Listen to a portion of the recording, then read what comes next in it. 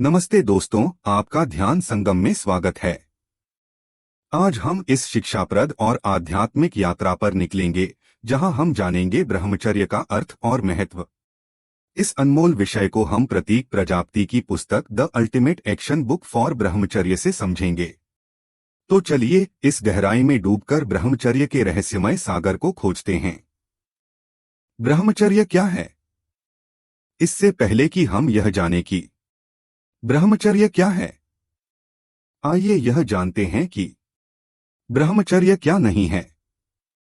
सिर्फ हस्तमैथुन या मास्टरबेशन न करना ब्रह्मचर्य नहीं है। सिर्फ मैथुन या सेक्स न करना भी ब्रह्मचर्य नहीं है। और मैथुन व हस्तमैथुन करते समय वीर्य को न गिरने देना, यह तो बिल्कुल ही ब्रह्मचर्य नहीं है। यह तो मूर्खता ही है। यह सब बस ब्रह्मचर्य की छिछली अवधारणाएं हैं, जो कि आजकल पाश्चात्य देशों में वीर्य रक्षा के महत्व को जानने के बाद बनाई गई हैं। इन्हें प्रसिद्ध रूप से नो फैप या सेमेन रिटेंशन के नाम से जाना जाता है, जो कि मात्र एक बाह्य नियंत्रण की क्रिया है, जबकि ब्रह्मचर्य एक संपूर्ण जीवन शैली है। ब्रह्मचर्य का अर्थ है शरीर, मन और जीवन पर संपूर्ण नियंत्रण। ब्रह्मचर्य वह विधि है जिसके माध्यम से बड़े बड़े ऋषि मुनि, राजा महाराजाओं व साधकों ने दिव्य शक्तियां, सिद्धियां और उच्चतम लोकों की प्राप्ति की है। और इसी की सहायता से उन्होंने जीवन के सर्वोच्च लक्ष्य को भी प्राप्त किया है। अभी प्रश्न यह आता है कि ऐसा क्यों? ऐसी तो क्या बड़ी बात है ब्रह्मचर्य में? इसे समझने के लिए हमें सर्वप्रथम इस भौतिक संसार को और उसमें हमारे अस्तित्व को समझना होगा। तो इस भौतिक संसार में हमारे अस्तित्व का कारण है हमारी इस प्रकृति को भोगने की तीव्र इच्छा, जो कि हम हमारी इंद्रियों से करते हैं। जैसे आंखों से देह और प्रकृति की सुंदरता, जीभ से भोज्य पदार्थों का स्वाद, कानों से शब्द और संगीत की मधुरता और नाक से सुगंधित द्रव्यों की सुगंध आदि। परंतु इन सभी इच्छाओं में सबसे अधिक बलशाली है कामेच्छा। पृथ्वी पर यह एकमात्र ऐसा इंद्रिय सुख है जिसे स्वर्गीय सुख के समान बताया गया है। इसीलिए इसका त्याग सबसे कठिन है। यदि जीवन में आपने कुछ भी पाया है तो इतना जानते ही होंगे कि किसी भी मूल्यवान वस्तु की प्राप्ति करने के लिए किसी और मूल्यवान वस्तु का त्याग आवश्यक है। सरल शब्दों में, कुछ पाने के लिए कुछ खोना पड़ता है। यह अस्तित्व के सबसे मूलभूत नियमों में से एक है। इसीलिए दुनिया के समस्त उच्च ऐश्वर्यों और आध्यात्मिक ध्येयों की प्राप्ति के लिए सबसे बड़े भोग का त्याग करना आवश्यक हो जाता है। और कामेच्छा से बड़ा भोग इस भौतिक संसार में है ही नहीं। पहले ब्रह्मचर्य क्या है ये समझेंगे। तो आइए शुरू करते हैं। ब्रह्मचर्य समझने की शुरुआत होती है हमारे शरीर को समझने से। हमारा शरीर प्रकृति के 5 मूलभूत तत्वों से बना है: धरती, जल, वायु, अग्नि और आकाश। मॉडर्न दृष्टिकोण से देखें तो प्रोटीन, विटामिन, मिनरल्स, फाइबर और कार्बोहाइड्रेट्स।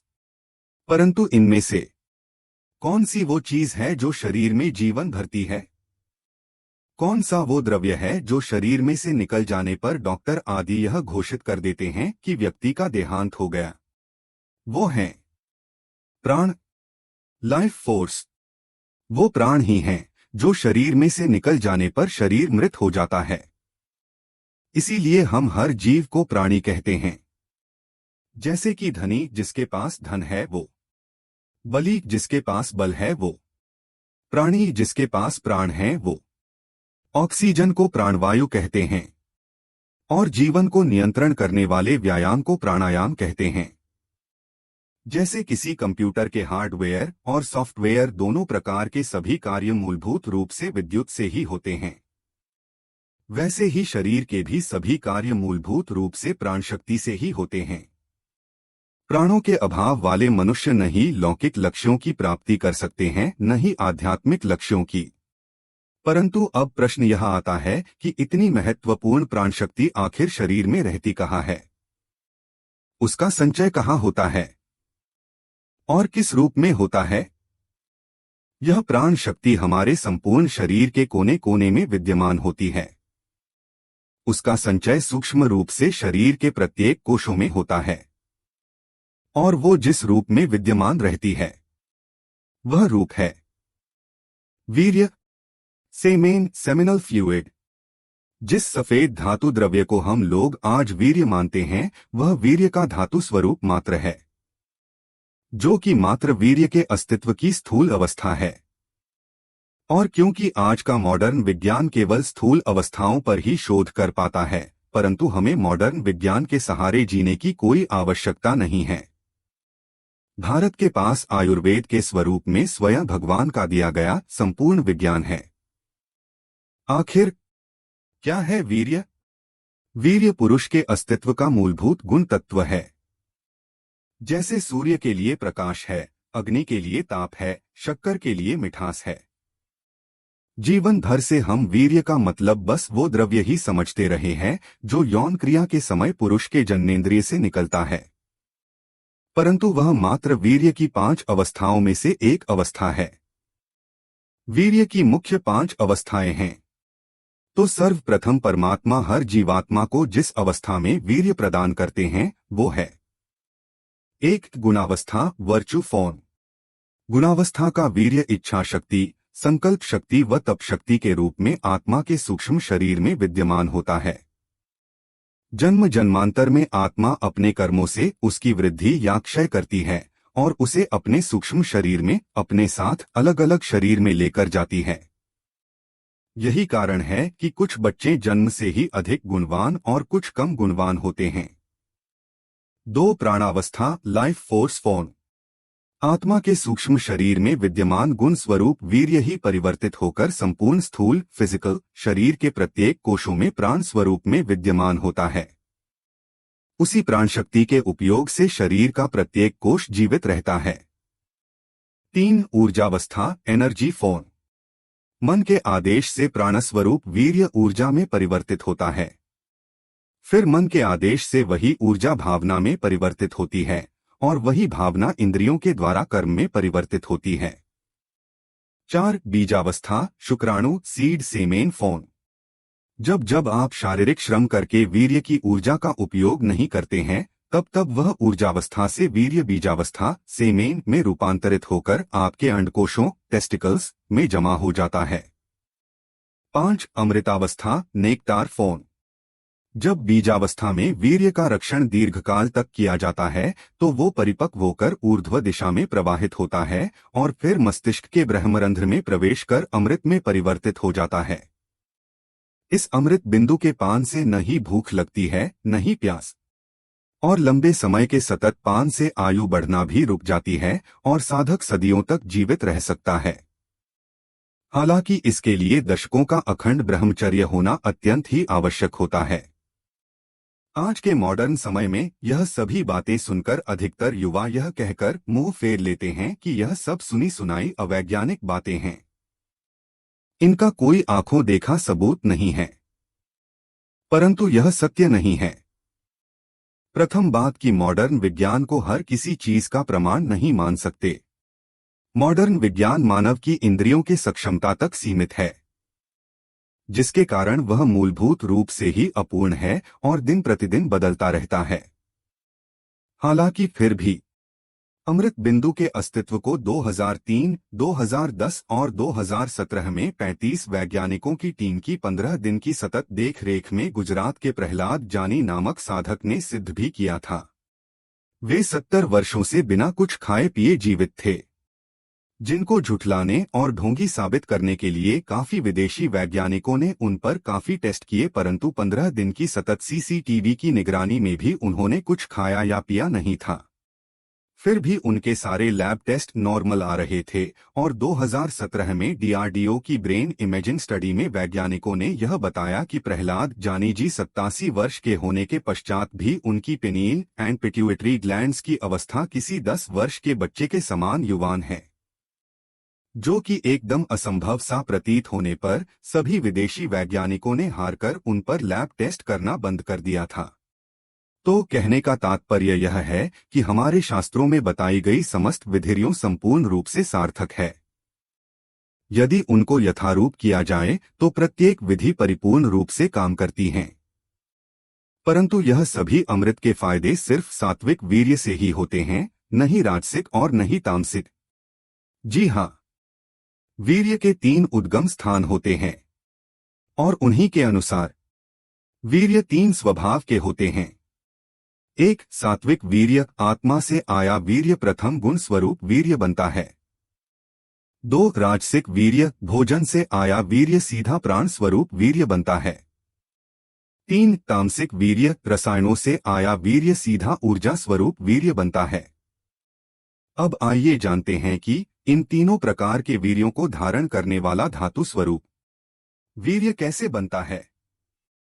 रसाद्रक्तं ततो मांसं मांसान् मेधः प्रजायते, मेदस्यास्थ्यः ततो मज्जा मज्जायाः शुक्र संभवः। अर्थात भोजन का पाचन होकर पहले रस न्यूट्रिएंट्स बनता है, 5 दिवस तक उसका पाचन होकर रक्त ब्लड बनता है, 5 दिवस बाद रक्त से मांस मसल, उसमें से 5 दिन में मेद हेल्थी फैट, मेद में से 5 दिन में हड्डी बोन्स, हड्डी में से 5 दिन में मज्जा बोन मैरो और मज्जा में से 5 दिन में अंत में वीर्य सेमेन फ्लूइड बनता है। स्त्रियों में जो यह धातु बनती है उसे रज कहते हैं। कहते हैं कि 32 किलो भोजन से 800 ग्राम रक्त बनता है और 800 ग्राम रक्त से 20 ग्राम वीर्य बनता है, यानी कि महीने भर का भोजन एक यौन क्रिया में खर्च हो जाता है। तो नाली में बहाने वालों की तो क्या ही बात करनी। ये तो ऐसी बात हुई कि किसी माली ने बड़े से बगीचे में महीनों की मेहनत से गुलाब उगाए, सभी को कूट कूट कर रस निकाला, फिर उस रस को और उबाल उबाल कर उसका अर्क बनाया, फिर उसको प्रक्रिया करके एक छोटी सी बोतल भर मूल्यवान इत्र बनाया, फिर जाकर नाली में फेंक दिया। इसीलिए शास्त्र कहते हैं कि मरण बिंदु पातेन जीवन बिंदु धारणात्, वीर्य का धारण ही जीवन है और वीर्य का पात ही मरण है। इसीलिए यह आवश्यक है कि हम जानें कि भगवान ने हमें वीर्य क्यों दिया है।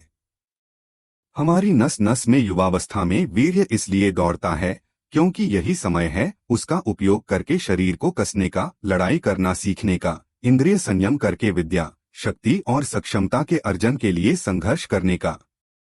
फिर इन सभी से स्वास्थ्य कमा सको, सम्मान कमा सको, धन कमा सको और अपना, अपनों का तथा समाज का कल्याण कर सको, न कि इसलिए कि प्रतिदिन उसी वीर्य को निचोड़कर बाथरूम में पलश कर सको।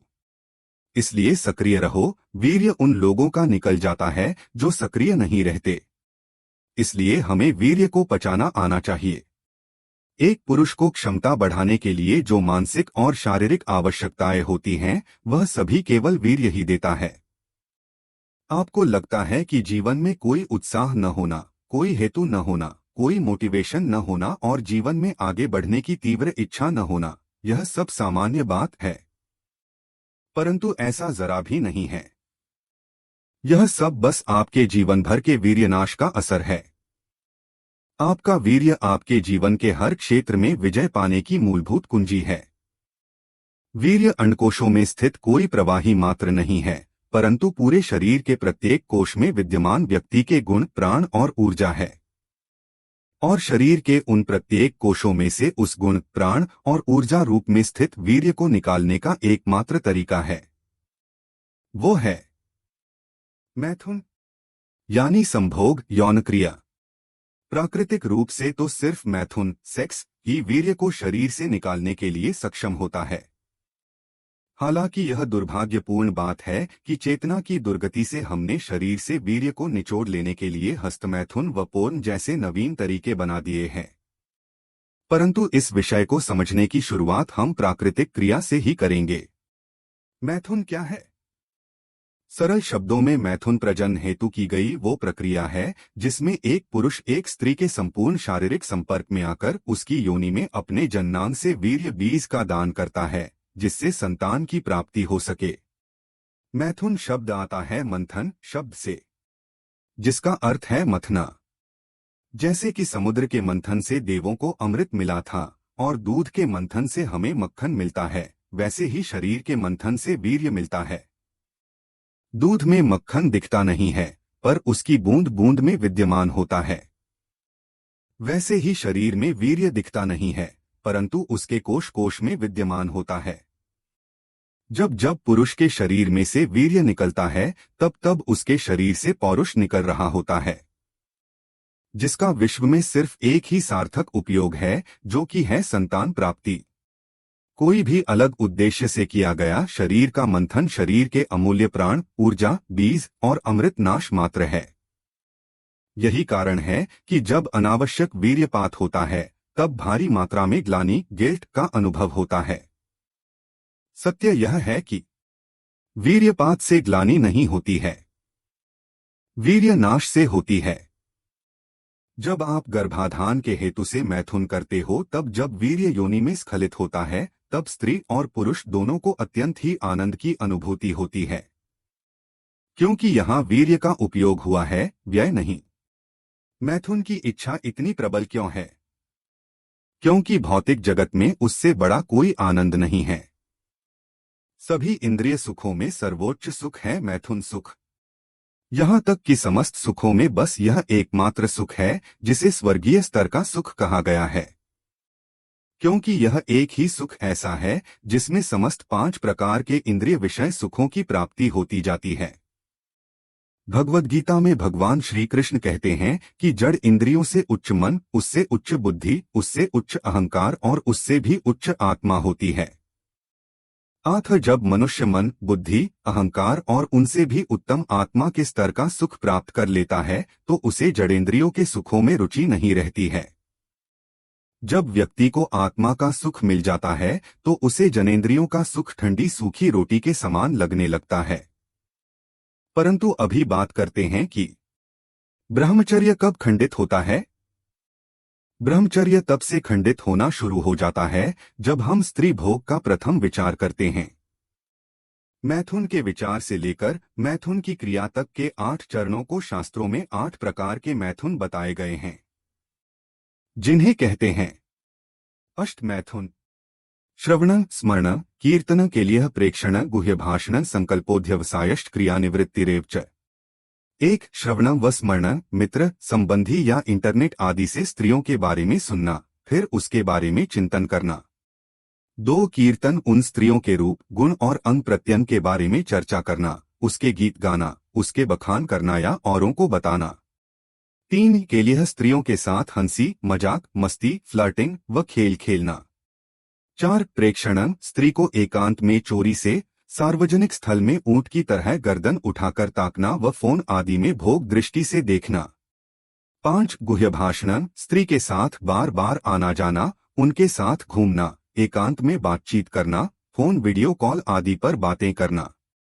6. संकल्प, जानबूझकर स्त्रियों के गंदे फोटो देखकर, सिनेमा के कामचेष्टापूर्ण एरोटिक दृश्य देखकर उसकी कल्पनाएं करना। 7. व्यवसाय, किसी अप्राप्य स्त्री को प्राप्त करने के लिए प्रयत्न करना। 8. क्रियानिवृत्ति, स्त्री के साथ प्रत्यक्ष संभोग या हस्त मैथुन आदि करना। मैथुन के यह सभी 8 चरण ब्रह्मचर्य नाश के चरण हैं। इनमें प्रवृत्त होने वाले को अपने आप को ब्रह्मचारी नहीं कहना चाहिए, और जो ब्रह्मचारी बनना चाहता है उसे इन अष्ट मैथुन में किसी भी प्रकार प्रवृत्त नहीं होना चाहिए। एतन मैथुनमष्टगण प्रवदन्ति मनीषिण, विपरीतम ब्रह्मचर्य एतत् एवाष्ट लक्षणम। अर्थात इन्हीं 8 लक्षणों के विपरीत लक्षण को जीवन में उतारने वाले को अखंड ब्रह्मचारी कहते हैं। शरीर में आखिर वीर्य कब बनता है? लोगों में यह सामान्य मिथ्या धारणा है कि वीर्य तो तभी बनता और निकलता है जब प्रत्यक्ष मैथुन करते हैं, परंतु शरीर में वीर्य बनने की शुरुआत ऊपर बताए अष्ट मैथुन के प्रथम चरण से ही हो जाती है। जैसे ही कामवासना का मन में मनोमंथन शुरू होता है, हमारी इंद्रियां शरीर का मंथन करके उसके प्रत्येक कोशों से वीर्य मथना शुरू कर देता है, और यदि उस मनोमंथन के पश्चात कृत्य नहीं करते हैं तो वही मथा हुआ वीर्य स्वप्न दोष के माध्यम से शरीर से निकल जाता है। तो क्या समझें? यही कि सिर्फ हस्त मैथुन न करना या नोफैप ब्रह्मचर्य नहीं है, सिर्फ मैथुन या सेक्स न करना भी ब्रह्मचर्य नहीं है, सिर्फ वीर्य को न गिरने देना या सेमेन रिटेंशन भी ब्रह्मचर्य नहीं है, और सिर्फ अपने वीर्य को बाह्य प्रभाव से दबाकर नशा, जुआ, सॉफ्ट पोर्न जैसी अन्य विकार युक्त आदतों में बने रहना भी ब्रह्मचर्य नहीं है। महाभारत में व्यासदेव बताते हैं कि इंद्रिय सुखों का स्वैच्छिक त्याग करके, अपनी इंद्रियों पर संपूर्ण नियंत्रण पाकर, अपने प्राणों की वृद्धि करके पुनः अपने आध्यात्मिक रूप की प्राप्ति करने की प्रक्रिया को कहते हैं ब्रह्मचर्य।